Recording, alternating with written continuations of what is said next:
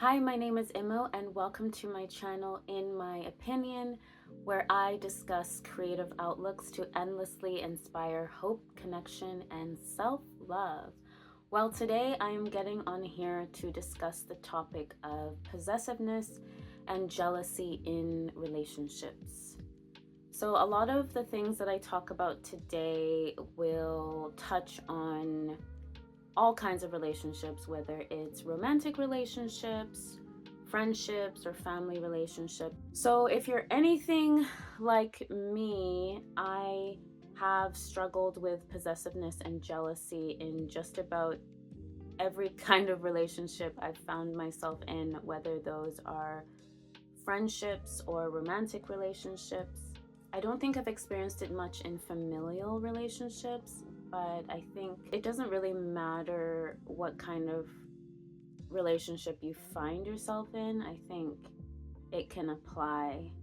And everybody's journey with possessiveness and jealousy is individual and specific to themselves and nuanced for yourself. So I feel that possessiveness and jealousy are very interwoven and linked together, and that's why I put them together in this video.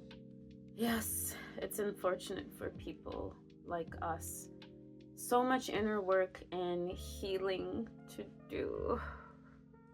But alas, we are here, and this is the whole point of a video like this, is to begin that inner work and reframe our thoughts and perhaps start developing new neurological pathways in our brain so that we can think differently and benefit from the relationships and the people that we have in our lives, because unfortunately possessiveness and jealousy, it taints the relationships we have, and we don't get to experience the fullness of those relationships and enjoy them, and then the people on the other side don't get to experience the fullness and enjoyment of us as well.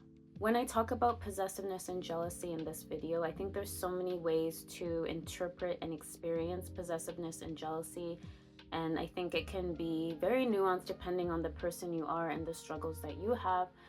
But I'm more so talking about in your friendships or dating relationships, or not even dating relationships. Maybe you're married, maybe you've been in a long-term relationship for a while. Possessiveness is this feeling where you are threatened, in a sense, by the relationships that your friend or your partner has with other people. So in some instances, for example, in a heterosexual relationship where I would be in a relationship with a male partner, I might be possessive over him such that I am threatened by his friendships. Maybe those could be friendships with people of the same sex, so other men, or I might be possessive and jealous over friendships that he has with the opposite sex, which is most likely more common in this case.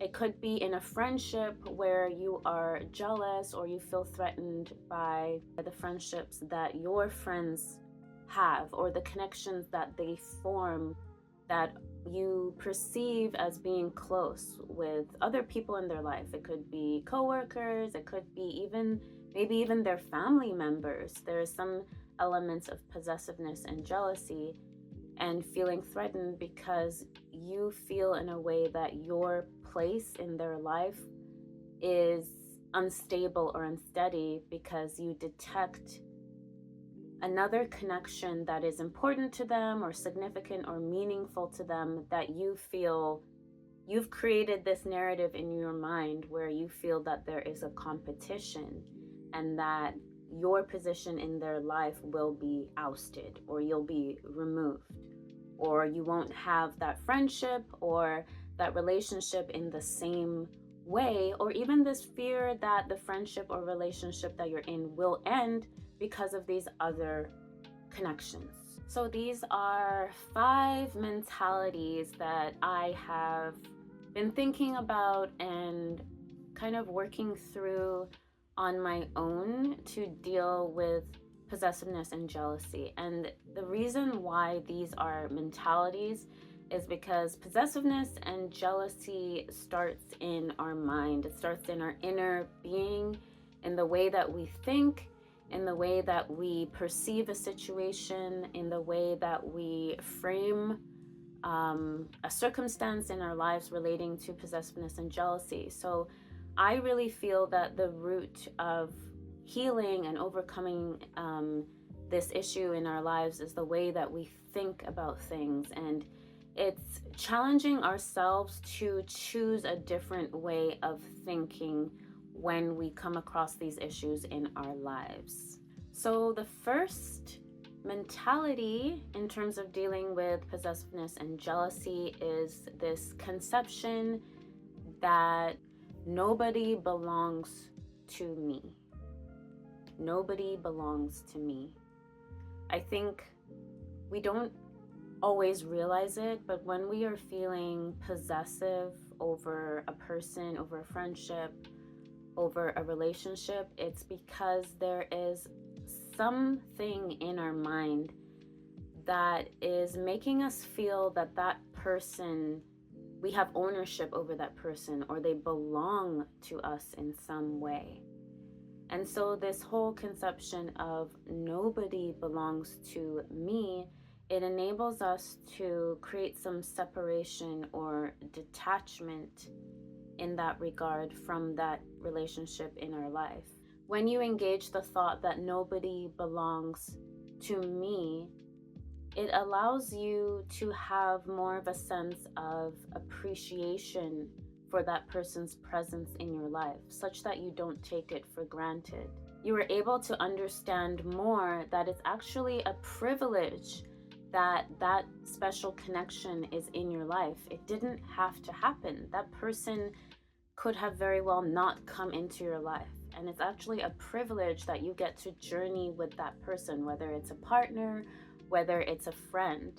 When you understand that it's a privilege that someone is in your life, then you get to enjoy and appreciate all of the moments that you have with that person, whether it's a hangout, going for a coffee, going for a walk, being able to talk to them about your life, about their life, and connect over your life situations and engage in that connection. You see that that is a blessing and something to be grateful for rather than something to feel entitled to. It allows you to enjoy what you have with them, understanding that life is transient and life is short.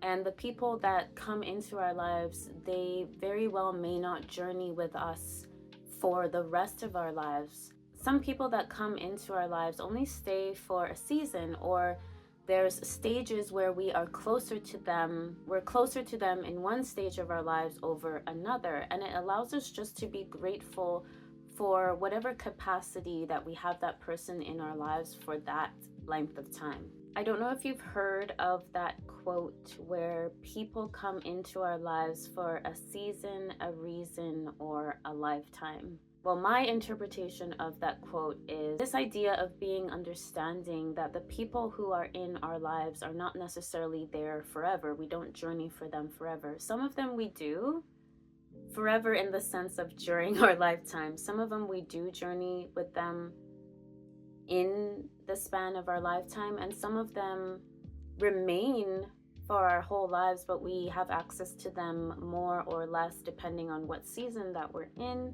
or they're in.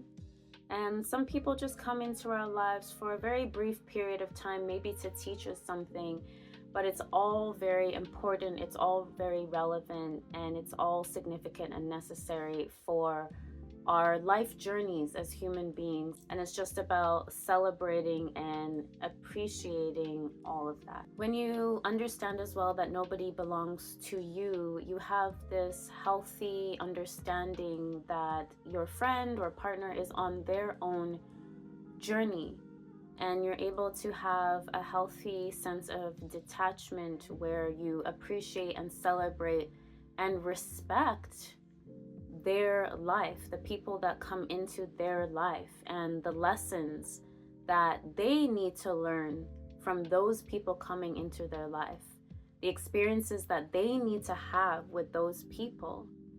And you understand too that life is so much more enjoyable and fulfilling when the people who are close to you, whether those are friends or partners, have a flourishing social life outside of you that you also benefit from, honestly, in some way.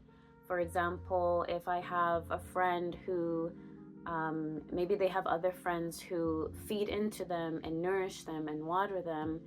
If I see that my friend is happy from those other relationships or friendships, then I will be happy because I will be benefiting from what they have gained from those other people.